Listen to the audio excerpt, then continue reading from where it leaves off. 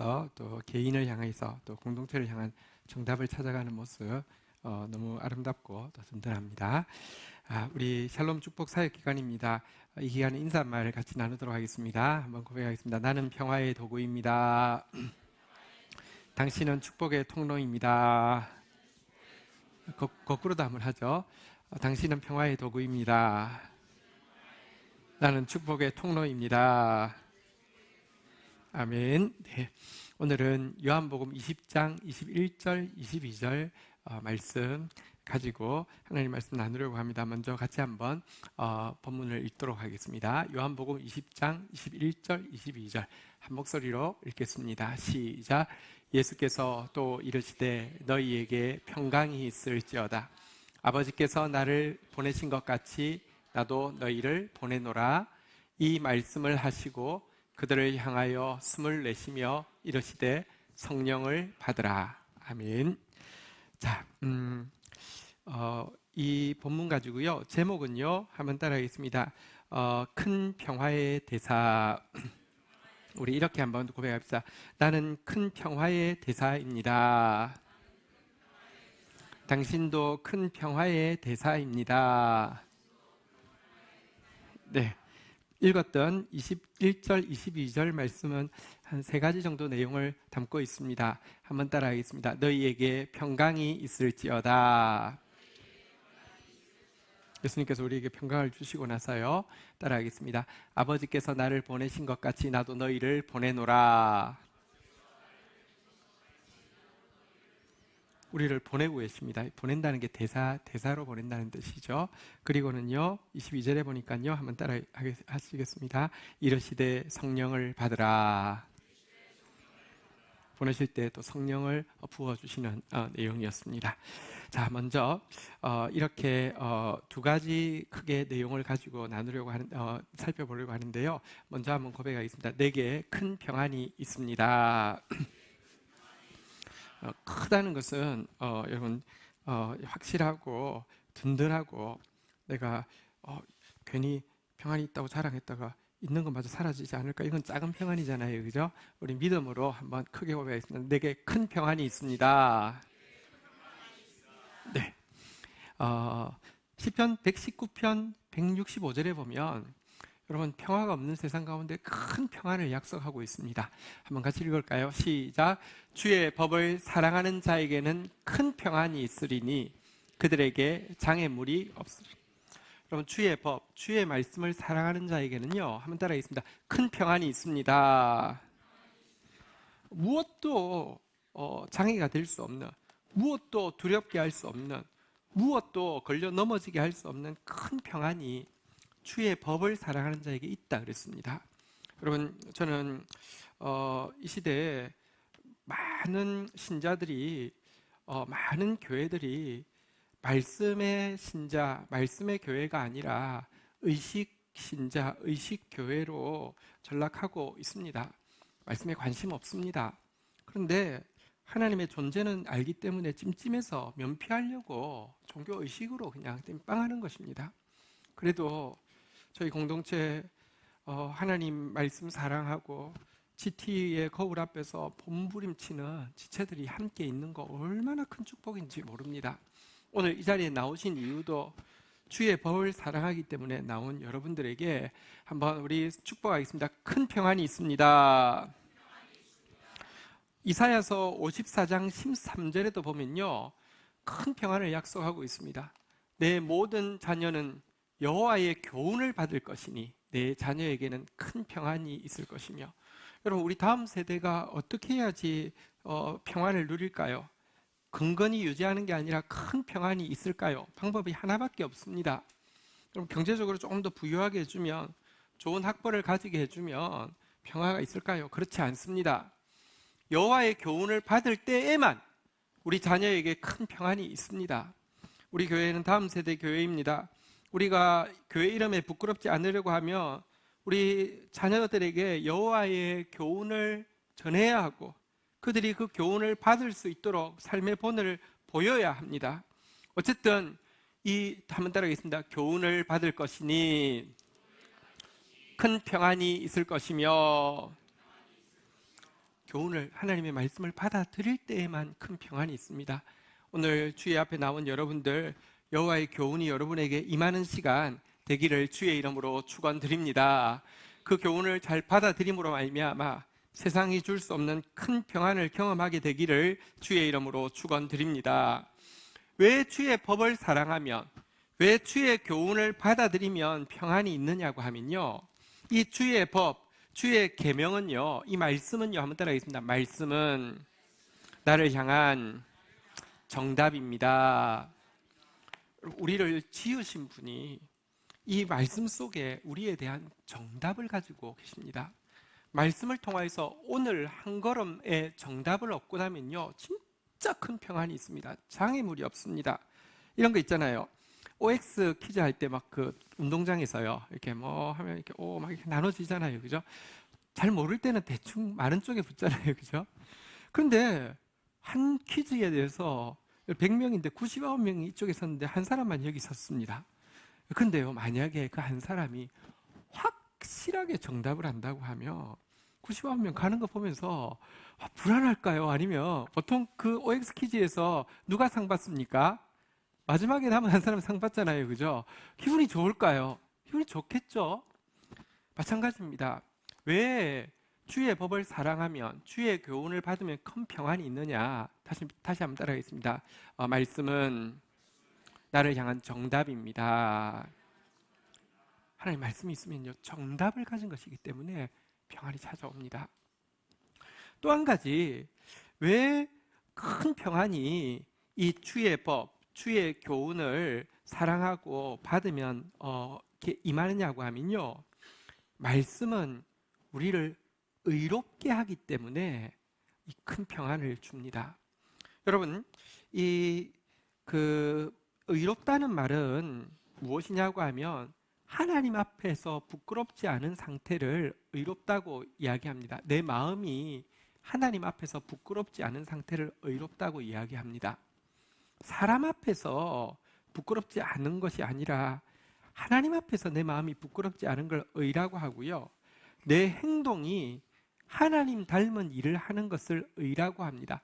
사람 앞에 의롭게 보이는 위선의 행위를 의라고 하지 않습니다. 많은 사람들이요, 자기가 의롭다고 이야기합니다. 사람하고 비교해서 자기를 의인인 것처럼 표시냅니다. 위선을 통해서. 근데 성경에서는요, 의가 무엇이냐?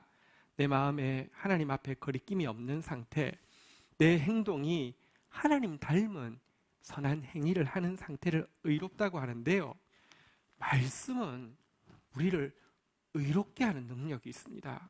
그래서 이 말씀을 가지고 있으면 평안이 있는 것입니다.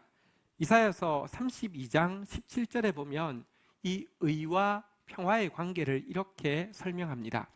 여기는 의라고 되어 있지 않고 공이라고 되어 있는데요, 구약 성경에는 주로 의를 공이라고 많이 번역했고 신약 성경에는 같은 단어인데 의라고 많이 번역했습니다. 이 공의가 의입니다. 자, 우리 한번 같이 읽도록 하겠습니다. 읽겠습니다. 시작.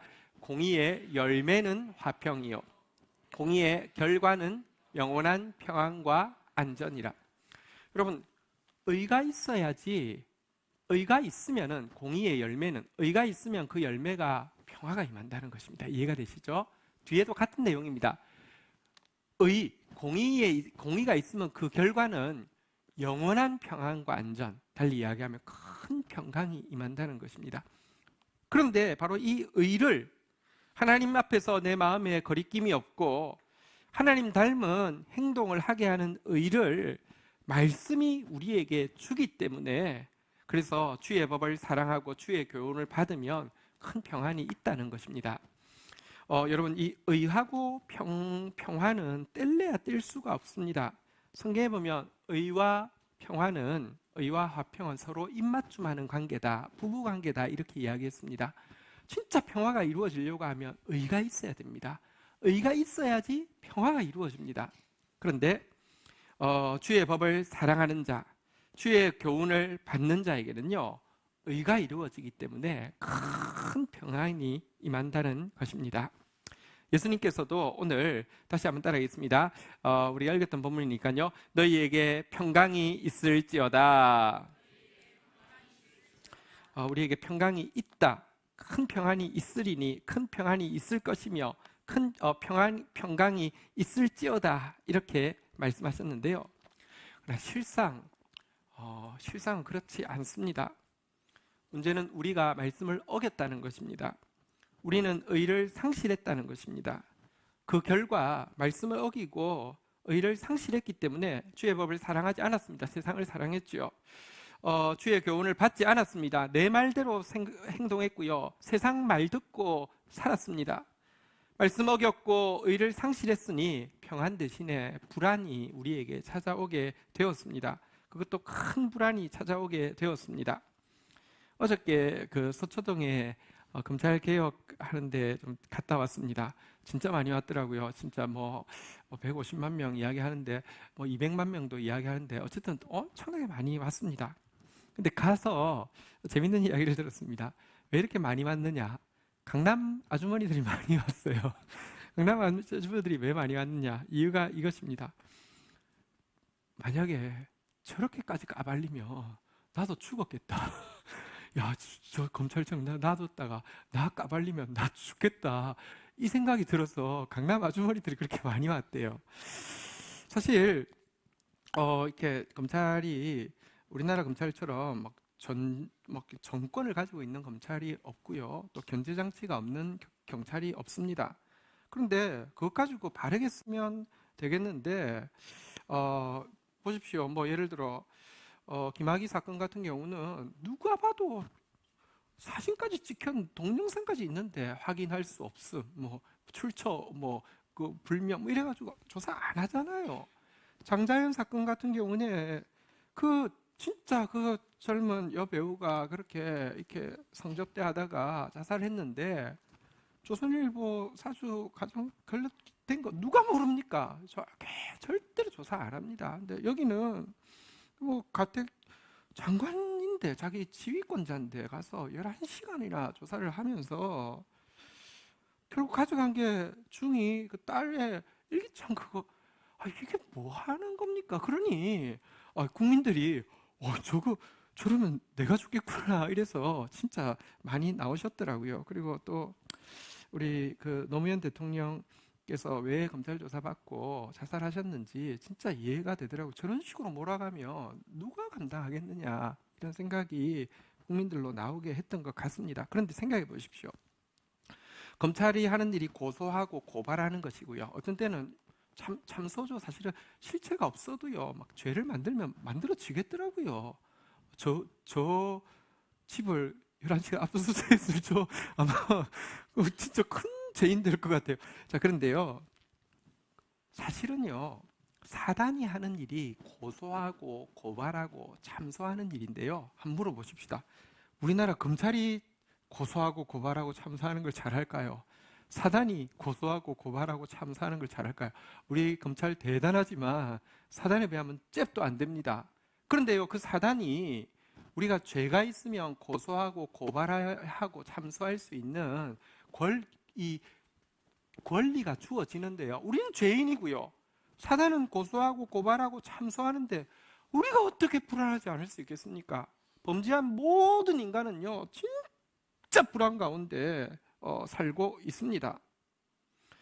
자, 그런데요, 이 불안 가운데 있는 우리에게 예수 그리스도께서 하신 일이 있죠. 고린도 후서 5장 21절에 보면 이렇게 말씀하고 있습니다. 하나님이 죄를 알지도 못하신 이를 예수님 이야기합니다. 우리를 대신하여 죄로 삼으신 것은 우리로 하여금 그 안에서 하나님의 의가 되게 하려 하심이라. 여러분, 진짜 죄인 맞습니다. 우리는 명확하게 죄인 맞습니다. 그런데요, 죄를 하나도 알지도 못하는 예수 그리스도에게 우리의 죄를 전부 다 전가시켜서 죽이시고는요, 그분의 완전한 의를 우리에게 건네주셨다는 것입니다. 의가 있으면 아까 이야기했잖아요. 공의의 열매가 화평입니다. 공의의 결과가 영원한 평안입니다. 이 의가 우리에게 미침으로 말미암아 로마서 5장 1절에 보면요, 이와 같은 변화가 또 우리에게 일어나게 해 주셨습니다. 같이 한번 읽도록 하겠습니다. 시작. 그러므로 우리가 믿음으로 의롭다 하심을 받았으니 우리 주 예수 그리스도로 말미암아 하나님과 화평을 누리자.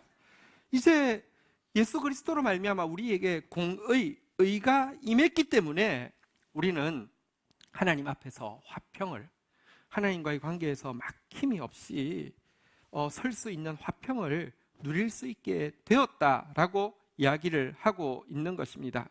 이것이 오늘 우리가 본문을 시작할 때 예수님께서 하셨던 말씀입니다. 다시 한번 따라하겠습니다. 너희에게 평강이 있을지어다. 우리 다시 한번 고백하겠습니다. 너희에게 큰 평강이 있을지어다. 예수님이 우리에게 당신의 의를 주시고 주신 평화는요, 세상의 평안과 같지 않습니다. 세상에서 평화라는 단어 좋아하고요, 평화에 대해서 묻지만 평화롭다고 대답할 때 뉘앙스가 전혀 다릅니다. 요즘 뭐 집에 뭐 별일 없어요? 괜찮아요? 예, 평화롭습니다. 요즘 뭐 회사에 별일 없어요? 괜찮아요? 요즘 평안합니다. 이 이야기의 뉘앙스는 뭐냐고 하면요, 근근히 유지하고 있다는 것입니다. 언제 일을 일어날지 모르지만 지금은 현상 유지 지금 하고 있다는 것입니다. 이대로만 갔으면 좋겠어, 이런 뉘앙스입니다. 이것은 불안한 평안이지요. 그런데요, 여러분, 예수님께서 우리에게 주신 평안은 이런 불안한 평안이 아닙니다. 예수님께서 우리를 하나님 앞에 의롭게 하셨고 하나님 앞에 의롭다 하심을 받은 우리가 하나님과 누리는 이 화평은요, 하나님과의 관계에서 막힘이 없는 이 화평은요, 큰 평강입니다. 작은 평강 아닙니다. 제가 지금 생각하니까 좀 잘못했는데, 제가 그 물고기를 좀 좋아하다 보니까 그 옛날에 잘못한 일이 있습니다. 뭐냐고 하면 계곡에 가면, 겨울 같은 데 가면 물이 막 찔찔찔, 작은 그 산 막 등산로 같은 데 옆에 물이 좀 흐르잖아요. 나뭇잎들이 물에 좀 젖어 있잖아요. 그런데 이렇게 겨울 되면 거의 말라가지고 바싹 마른 데도 있고요, 조금 이렇게 젖어 있는 데도 있는데, 중간쯤 가다 보면요, 그래도 이렇게 그 흐르다 보면 약간 이렇게 고인되는 물이 있잖아요, 그죠? 그런데 가면 개구리 알 같은 건 있어요, 이제 봄철이 되면. 근데 물고기는 있어요, 없어요? 없어요. 왜냐고 하면 물이 자꾸 수시로 마르니까 오갈 수도 없고 죽으니까. 그래서 내가 보면 웅덩이가 이만한데 개구리는 있는데 고기가 없어요. 난 고기를 좋아하지 개구리를 좋아하는 건 아니니까. 그래가지고요, 저 하류에 가서 고기를 좀 잡아서 가방에 넣고 가가지고 거기다가 풀어줘요. 내 딴에는 이렇게 거기들이 이런 데서 살면 좋겠지 하고 풀어줘요.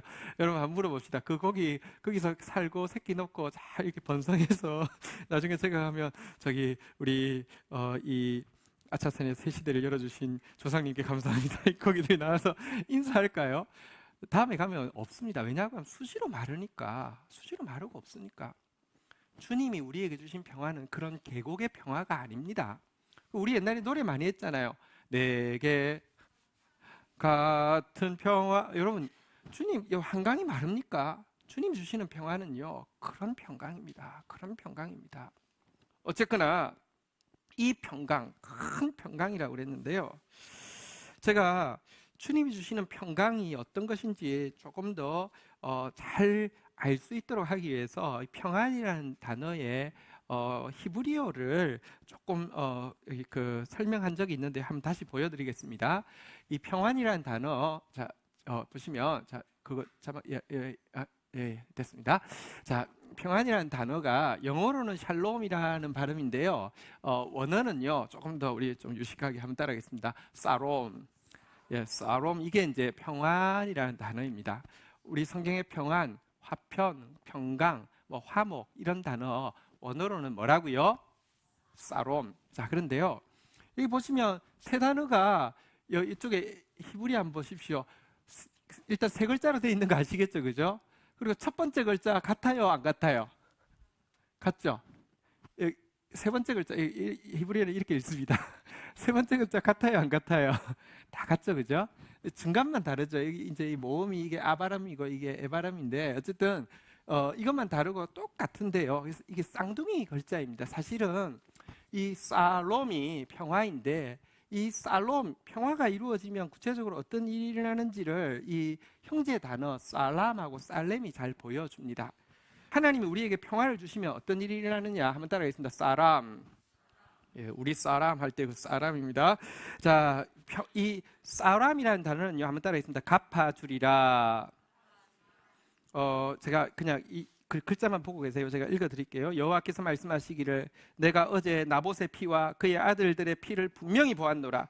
여호와께서 또 말씀하시기를 이 토지에서 내게 갚으리라. 이게 사람인데요. 갚으리라 하였으니 그런즉 여호와의 말씀대로 그의 시체를 가져다가 이 밭에 던질 것이니라. 여러분, 나봇을 피 흘리게 한 아합에 대해서 내가 반드시 갚을 것이다 그랬는데요. 이게 사람입니다. 평화가 이루어진다, 싸롬이 이루어진다는 것은요, 한번 보십시오. 내가 있는데 계속 고발합니다. 사단은 참소하고 고발하고 참소하고 고발하고 막 이렇게 하는데요, 이 존재가 계속 있는데 내가 평화로울까요? 그럴 수 없습니다.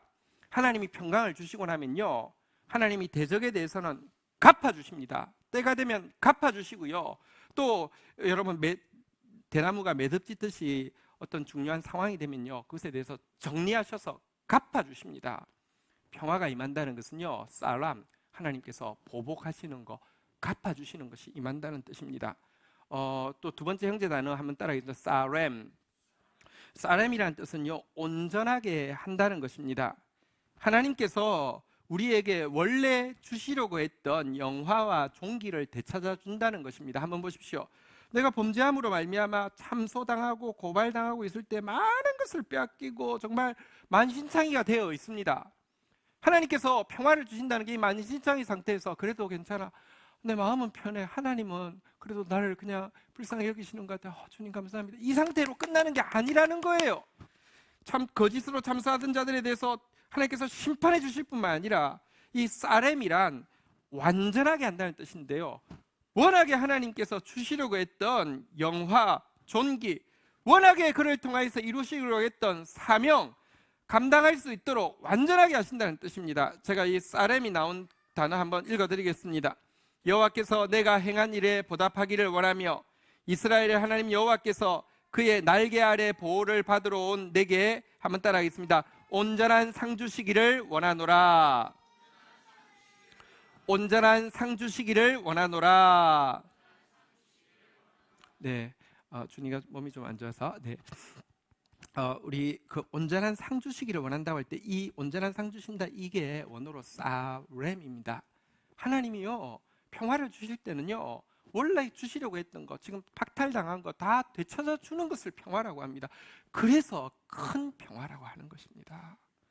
대적은 심판받고요, 워낙에 주시려고 했던 것은 다 누릴 수 있게 해주시는 이 큰 평화를 하나님께서 주신다, 이렇게 말씀하고 있습니다. 다시 이야기합니다. 우리 그 첫 번째 소제목 한번 따르겠습니다. 내게 큰 평안이 있습니다. 제가 지금 여러분에게 드리고 있는 말은 우리 마음의 평화를 지키기 위해서 노력합시다, 우리 마음을 추스르고 평화를 이렇게 잘 지켜갑시다, 이런 뜻이 아닙니다. 하나님께서 예수님을 통하여 우리에게 주신 이 실존하는 큰 평화를 믿음으로 경험하고 믿음으로 선포하고 믿음으로 누리라고 이야기하는 것입니다. 다시 한번 따라하겠습니다. 내게 큰 평안이 있습니다. 내게 강 같은 평화가 넘칩니다. 아멘. 예, 이어서 두 번째 오늘 말씀을 통해서 나누고 싶은 주제는요, 한번 따라하겠습니다. 나는 큰 평화의 대사입니다. 주님께서 오늘 본문으로 가면요, 요한복음 20장 21절에 보면요, 너희에게 평강이 있을지어다 말씀하고 나서 그것으로 그치지 않고요, 아버지께서 나를 보내신 것 같이 나도 너희를 보내노라라고 이야기하면서, 이 보낸다는 게 대사를 말하는 건데요, 우리를 이 평화의 대사로 보내신다고 이야기를 하고 있습니다. 그래서 다시 한번 따라하겠습니다. 나는 큰 평화의 대사입니다. 여러분, 우리에게 하나님이 큰 평화를 주셨다고 했는데, 이거 확인할 수 있는 방법은요, 내가 이 평화를 가지고 나가봐야지만 나한테 있는 평화가 얼마나 큰 것인지 확인할 수 있고요, 사실 하나님께서 우리에게 큰 평화를 주신 목적도요, 큰 평화의 대사되게 하기 위함입니다. 자, 하나님께서 우리를 보내신다고 이야기했는데 이 평화의 대사가 무엇인지 고린도 후서 5장 18절 19절에 보면 잘 나와 있습니다. 하나님께서 평화를 주시고 나서 우리를 평화의 대사로 보내신 게 무엇입니까? 고린도 후서 5장 18절 보십시오. 모든 것이 하나님께로서 났으며 그가 그리스도로 말미암아 우리를 자기와 화목하게 하시고, 예수님 통해서 이제 화목하게 되었잖아요, 그죠? 우리에게 화목하게 하는 직분을 주셨으니 그걸로 끝나지 않고 평화의 대사를 우리를 삼으셨는데, 평화의 대사가 뭐 하는 일이냐? 19절 한번 보도록 하겠습니다. 같이 읽겠습니다. 시작.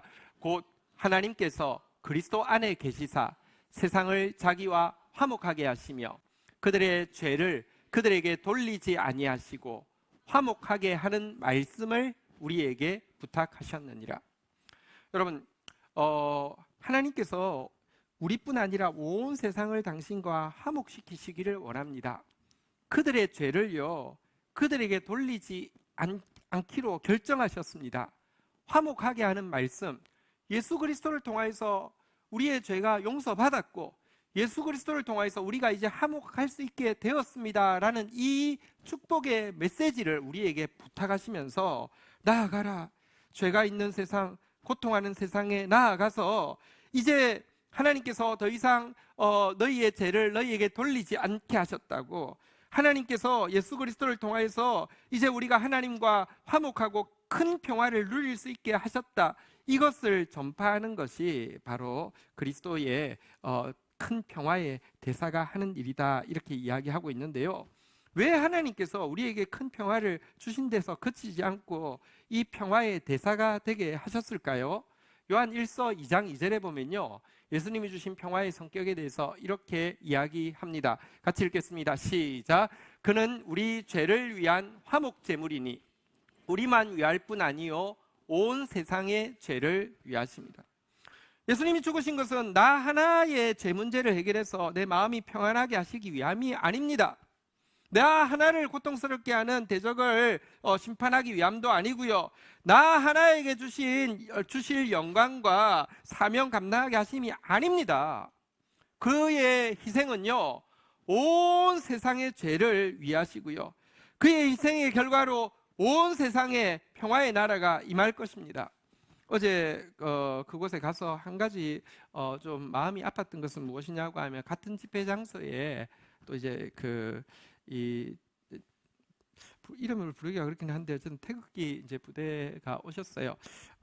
글쎄 몇 명인지는 잘 모르겠어요. 언론에서 제일 처음에는 200~300명 했다가 나중에는 이제 주최 측 1000명, 뭐 예산 1000명, 뭐 이렇게 보통은 나왔었어요. 뭐 실제 보니까 그저 1000명까지는 안 돼 보이긴 하는데요. 근데 같은 장소인데 숫자는 적지만 대부분 메가폰을 많이 들고 계셔가지고 좀 막 시끄럽게 많이 하셨어요. 우리 한민족인데 참 쉽지 않구나, 비난할 마음이 없습니다. 왜냐하면 뭐 그렇게 생각하시는 거 어떻게 하겠어요. 이렇게 해서 참 평화가 이루어지기 힘들다, 참 평화가 이루어지기 힘들다. 근데 한 나라 안에서도 이런데 온 세계 안에 지금 이 어떻게 보면 진짜 막 큰 갈등이 아닐 수 있는데도 이런데 정말 갈등할 수밖에 없는 문제들이 세상에 얼마나 많습니까?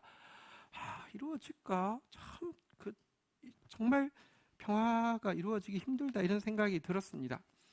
메가폰을 잡고 이렇게 하는데, 근데 이제 절에서는 국민들 마음 얻기 힘든데, 절에서는 저거 자체가 올바르지 않다는 증거인데, 이런 생각도 들었던 게, 차 위에 올라가서 이제 그 구호를 외치는데, 죄송합니다만 대통령 이름 부르고 나서 뒤에다가 개새끼, 그게 구호였습니다. 개새끼, 그래가지고는 여러분, 그거 어떻게 하나님께서 기뻐하시겠습니까? 통치자를 세웠는데 그게 구호가 되어서 되겠습니까? 근데 어쨌든 제 말은 평화가 이루어지기 참 힘듭니다. 근데요, 저는 이 현실보다 진리를 믿습니다. 평화는 이루어질 것입니다. 의는 이루어질 것입니다. 왜냐고 하면 예수 그리스도의 희생의 값은요, 넉넉한 의고요, 예수 그리스도는요, 온 세상에 평화를 이루실 것입니다. 그의 나라가 이루어질 때 이 세상에서는요, 진짜 공의가 완전히 통하게 될 것이고요, 말씀이 완전히 통하게 될 것이고요, 그리고 그 결과 화평이 넘치는 화평의 세상이 있을 것입니다. 이것 때문에 주님은요, 우리를 이 하나님 나라의 대사로 파송을 하시는 것입니다. 우리가 예수님께서 파송하시면서 제자들에게 이렇게 말씀하셨잖아요. 누가복음 10장 5절에 보면 이렇게 명령을 하셨습니다. 어느 집에 들어가든지 먼저 말하되 이 집이 평안할지어다. 한번 따라하겠습니다. 이 집이 평안할지어다. 뭘 알고 이 집이 평안할지어다 이야기합니까? 평화 없는 세상, 고통과 싸움뿐, 사람들 무서워 떠내 라고 이야기합니다. 여러분, 진짜 어떤 집도 그리스도 없이는요, 고통과 싸움뿐이고요, 두려움이 가득할 수밖에 없는데요, 어디 들어가든지 먼저, 다시 한번 따라하겠습니다. 이 집이 평안할지어다. 왜냐고 하면 하나님이 우리에게 주신 평안은 큰 평안이고, 우리는 그분의 대사로서 그 집에 들어갔기 때문에 우리가 비는 그 평안은 그 효력 있게 역사할 것이라는 것입니다. 여러분, 어둠이 있는 곳에는 빛의 평화가 임하게 할 것이고, 평안이 있을지어다 선포할 때 죽음이 있는 곳에는 생명의 평화가 임하게 할 것이고, 여러분들 미움이 있는 곳에는 사랑의 평화가 임하게 할 것이기 때문에 우리를 대사로 보내시면서, 평화의 큰 대사로 보내시면서요, 이 집에 평안이 있을지어다 먼저 빌라고, 그 나머지는 내가 책임진다고 하나님께서 말씀하십니다. 여러분, 진짜 막 싸움 가득한 곳에 나를 보내셨습니다. 가서 보고는요, 내가 무슨 말을 하겠습니까? 근데 주님이 벌써 정해놓으셨습니다. 나는 평화의 대사이기 때문에 평화가 있을지어다 이렇게 선포하면 됩니다. 한번 물어보십시다. 대사를 보낼 때는요, 그냥 대사 임명장만 줘서 보내지 않습니다. 힘을 줘서 보냅니다. 권위를 줘서 보냅니다. 보십시오. 대사들이 제가 정확하게 잘 모르지만 대사들한테 차가 나와요, 안 나와요? 차가 나오잖아요, 그죠? 글쎄 잘은 모르겠지만 지난번에 누구를 통해서 들었는데, 작은 나라라고 해서 경차 주고 대사인데 큰 나라라고 해서 완전 엄청난 차 주고 그러지 않습니다. 도리어 작은 나라일수록, 문제가 많은 나라일수록 우리나라를 대표하기 때문에 근데 한번 보십시오. 똑같은 차를 줬다고 치십시다. 큰 나라 가도 이 차 주고 작은 나라 가도 이 차 줬다고 치십시다. 여러분, 그러면 작은 나라, 문제가 많은 나라에서 이 대사의 파워는 더 커지는 것 아닙니까? 미국의 대사가 한국 대사가 자선 무슨 행사를 했다고 칩시다. 그렇게 많이 오겠습니까? 우간다에서 만약에 한국 대사가 이렇게 자선 행사를 이렇게 주최했다고 치십시다. 사람들이 전부 다 이렇게 가게 죄송합니다. 네. 여러분, 그러니까 보십시오. 거기에 문제가 있느냐 없느냐가 중요한 게 아닙니다. 나를 하나님이 대사로 보냈다는 게 중요합니다. 내가 대사로서요, 평안이 있을지어다 하면 평안이 있게 주님께서 역사하신다는 것입니다. 이것이 우리가 아까 읽었던 본문 말씀에 요한복음 20장 22절에 보면요, 한번 따라하겠습니다. 성령을 받으라.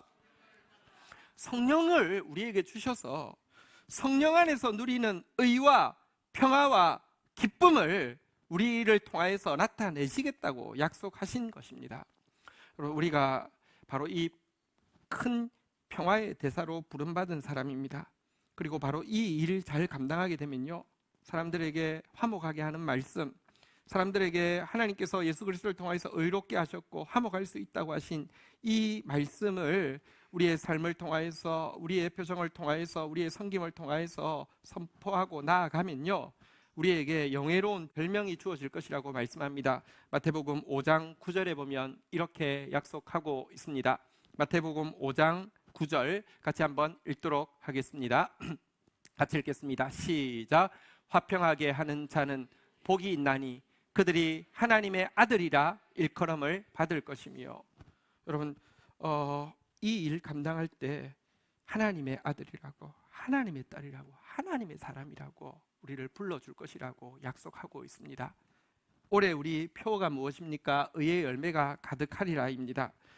의의 열매가 어떻게 하면 가득할 수 있겠습니까? 마지막 구절을 한번 보도록 하겠습니다. 야고보서 3장 18절 한번 보도록 하겠습니다. 같이 읽고 마치겠습니다. 시작. 화평하게 하는 자들은 화평으로 심어 의의 열매를 거둔. 우리가요, 화평하게 하는 사람, 평화의 큰 대사가 되어서요, 그리스도의 평화로 평안이 있을지어다 선포하고 나아갈 때에, 여러분, 화평하게 하는 자는 이 화평으로 심어서 맺는 열매가 바로 의의 열매라고 이야기하고 있습니다. 올해 의의 열매가 가득할 것입니다. 우리 가는 곳마다 여기 주보 앞에 보면 평화를 비는 기도라는 기도문이 있는데요. 이 기도문 이제 제가 쓴 것인데요. 이 기도문은 우리 이제 4주간 축복 사역 기간에 이쁘게 디자인해서 코팅해서 이렇게 다 우리 식구들에게 나눠 줄 것입니다. 여러분 축복 대상자들에게 이거 가져가서 선물하시고요. 또 여러분 기도하는 마음으로 가서 기도해 줄 수 있으면 이 기도문을 가지고 기도해 주시고 할 때요. 여러분들이 평안을 빌면요, 분명히 그 사람에게 평안이 임하는 거 보게 될 것입니다. 우리 자리에서 일어서시겠습니다. 우리 한번 이렇게 고백하고 하나님 앞에 찬양으로 나가겠습니다. 내게 큰 평안이 있습니다. 나는 큰 평화의 대사입니다. 우리 옆에 분들도 격려하겠습니다. 당신에게 큰 평안이 있습니다. 당신은 큰 평화의 대사입니다. 우리 같이 찬양할 고백은요, 1절은 내게 큰 평안이 있다는 고백이고요, 2절은 우리는 큰 평화의 대사라는 고백을 담고 있습니다. 우리 이 고백으로 우리 같이 찬양하며 나가겠습니다. 하나님 감사합니다. 정말 사단의 고소, 고발, 참소 가운데 멸망할 수밖에 없는 우리에게 예수의 의를 전가해 주시고 예수로 말미암는 큰 평안을 허락하여 주셔서 감사합니다. 하나님 또 갚아주시고 온전한 상으로 채워주시는 것을 인하여서 감사합니다. 또한 우리에게 이 큰 평화의 대사가 되는 소중한 직분을 맡겨주셨습니다. 잘 감당하게 하여 주셔서 하나님의 사람으로 하나님의 아들, 딸로 나타나게 하여 주시며 잘 감당하게 하여 주셔서 의의 열매를 가득하게 하는 주의 백성들 되게 인도하여 주옵소서. 주님 주신 권위 가지고 나아가서 선포할 때마다 너희에게 평안이 있을지어다 선포할 때마다 어둠이 떠나가며 죽음이 떠나가며 미움이 떠나가는 능력을 경험할 수 있도록 함께하여 주옵소서. 예수 그리스도의 이름으로 기도 올립니다. 아멘.